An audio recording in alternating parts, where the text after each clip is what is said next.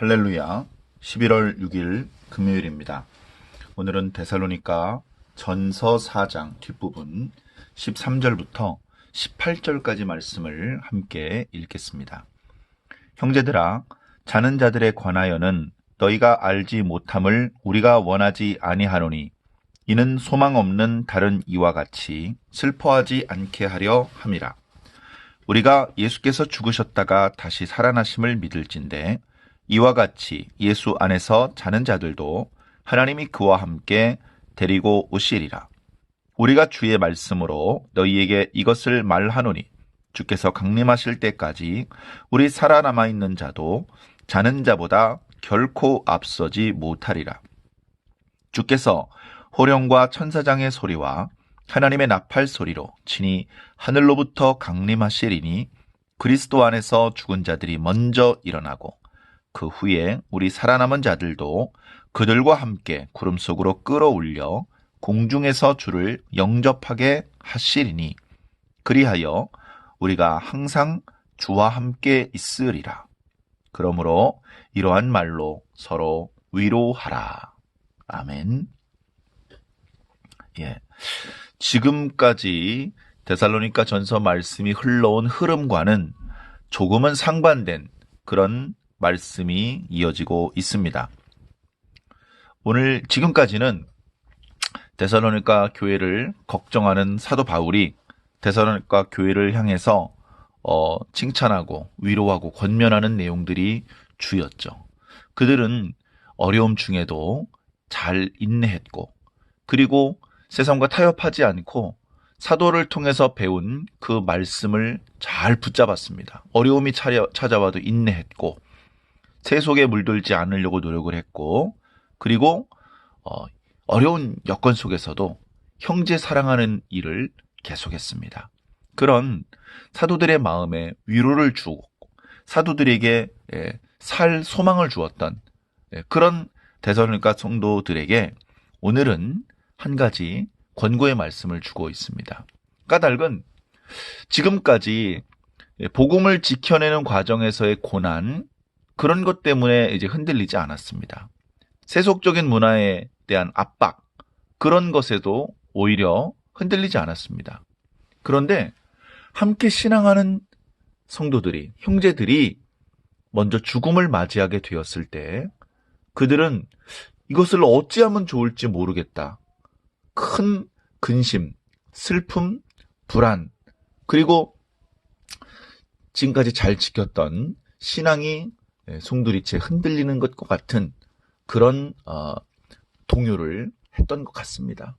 그래서 사도 바울은 그 이야기를 전해 듣고 그들에게 이 부분을 짚어서 이야기해주고 있습니다. 자, 핵심은 무엇입니까? 우리가 소망 없는 자들처럼 믿음이 없는 자들처럼 복음이 없는 자들처럼 이방 종교인들처럼 죽음에 대하여 두려워하고 근심하고 슬퍼하지 말자. 너희들이 그렇게까지 두려워하고 근심하고 슬퍼할 일이 아니다. 자, 13절에 형제들아 자는 자들에 관하여는 너희가 알지 못함을 우리가 원하지 아니하노니 참 말 어렵게 써놨네요. 어떤 내용입니까? 자는 자들에 관하여 너희도 좀 어느 정도는 알기를 원한다. 내가 이 편지를 통해서 조금 너희들에게 알려주겠다. 그러니까 소망이 없는 다른 사람들처럼 그렇게 슬퍼하지 마라. 우리 성도들은 죽음에 대하여 이렇게까지 슬퍼하고 근심하면 안 돼. 그것은 믿음이 없는 저 이방인들이나 그렇게 하는 거야. 이 말씀을 듣고 나면 너희들도 그렇게까지 슬퍼하지 않을 수 있게 될 거야. 자, 14절. 우리가 예수께서 죽으셨다가 다시 살아나심을 믿을진대. 우리 신앙의 근간이죠. 예수께서 다시 살아나셨다. 예수께서 부활하셨다. 그것을 믿는 것이 우리가 믿는 믿음의 거의 대부분입니다. 그것을 믿는다면 성도들도 다시 살아날 것을 믿으라는 겁니다. 성도들도 하나님이 예수 안에서 자는 자들도 그와 함께 데리고 오실 것이다. 죽음은 영원히 끝이 아니다. 죽은 자들이 다시 일어날 것을 말씀하고 있습니다. 자, 15절에 우리가 주의 말씀으로 너희에게 이것을 말하노니 주께서 강림하실 때까지 우리 살아남아 있는 자도 자는 자보다 결코 앞서지 못하리라. 예. 이제 약간 무슨 말씀을 하시려고 그러나 싶은데요. 예. 우리보다 죽은 자들. 지금 이제 저는 말씀을 듣는 여러분들의 어떤 상식적으로 우리가 평소에 쓰는 그런 표현, 죽는다는 표현을 쓰고 있는데요. 사도 바울은 일관적으로 죽는다고 말하지 않고 주 안에서 자는 자라고 말하고 있습니다. 예. 왜냐하면 그들은 죽음으로 영원히 끝나버린 것이 아니고 잠깐 잠들었다가 다시 깨어날 거기 때문에 그렇습니다. 예. 그런 것들을 우리가 잘 이해하고 믿고 어쩌면 우리도 바로 이런 성경적인 표현을 즐겨 사용할 수 있으면 좋을 것 같습니다. 자, 예수 그리스도께서 부활하셨고 승천하셨고 당신께서 시작하신 이 구원의 역사를 완성하기 위해서 다시 오십니다. 반드시 다시 오실 것입니다. 근데 그때 어떤 일이 일어나느냐? 예수 그리스도를 믿는 성도들이 주님을 영접하는 일이 일어납니다. 당연히 그래야 되겠죠. 예. 자, 그런데 예수 그리스도를 믿는 자들 중에 대부분은 자는 자들입니다. 예수님께서 이 땅에 계셨을 때 예수님을 믿는 사람부터 시작해서 지금 2000년이 지나도록 예수를 믿고 예수 안에서 잠자는 자들이 얼마나 많겠습니까?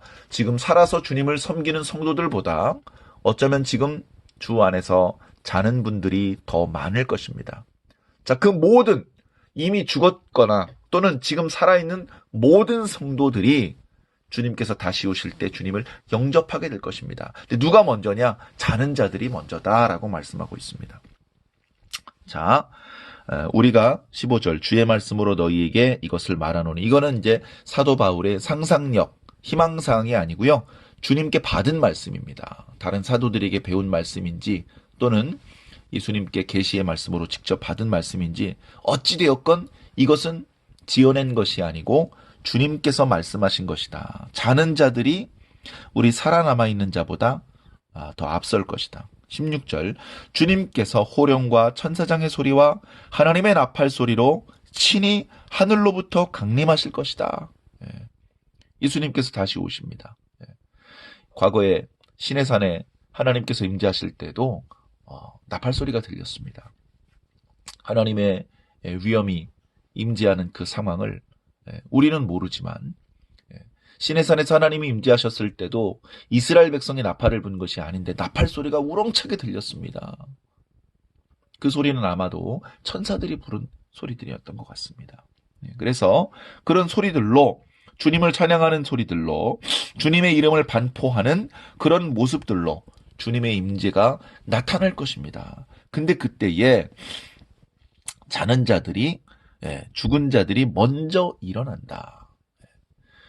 먼저 일어난다는 것이 어떤 의미인지 그들의 영혼을 말하는 것인지 그들의 육체를 말하는 것인지 육체를 말하는 것이라면 이미 화장을 했고 이미 그의 육체를 이루던 그 물질들이 다 분해가 돼서 썩어서 다 흩어졌는데 그 어떻게 된 것이냐 이제 여러 가지 논란이 있을 수 있겠죠. 너무 한편으로는 너무 어렵게 생각하면 안 될 것 같고요. 또 한편으로는 하나님의 능력을 너무 그렇게 가볍게 생각해서도 안 될 것 같습니다. 자, 어찌되었건 자는 자들이 먼저 일어서고 그리고 17절에 그 후에 우리 살아남은 자들도 그들 자는 자였다가 일어난 분들 그들과 함께 그러니까 예수님 오기 전에는 자는 자와 살아남아 있는 자로 구별이 됐는데 주님께서 임하시면서 그들이 먼저 일어나 버렸기 때문에 이제 구별이 없네요. 그래서 그들 모두는 구름 속으로 끌어올려 공중에서 주를 영접하게 하실 것이다.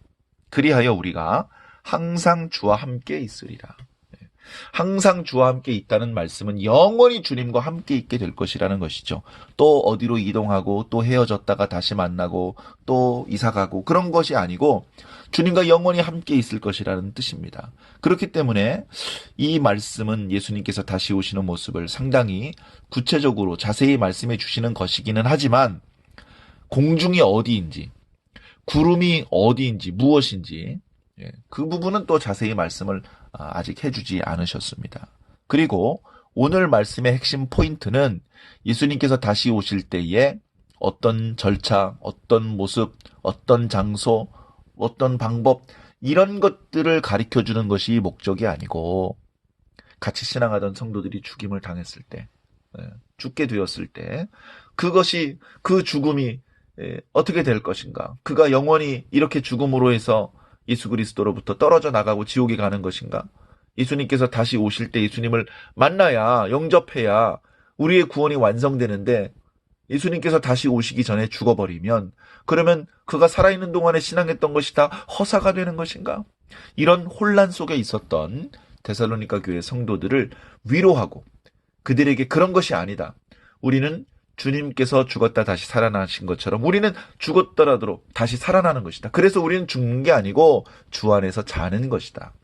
우리가 주 안에서 자는 자가 되더라도 주님께서 임재하시는 날 일어나게 될 것이다. 그리고 우리는 다 함께 자다가 깨어난 자가 되었든 살아남아있던 자가 되었든 공중으로 끌어올려져서 주님 앞에 나아가고 주님을 영접하게 될 것이며 다시는 주님과 헤어지지 않고 영원히 주님과 함께 있게 될 것이다.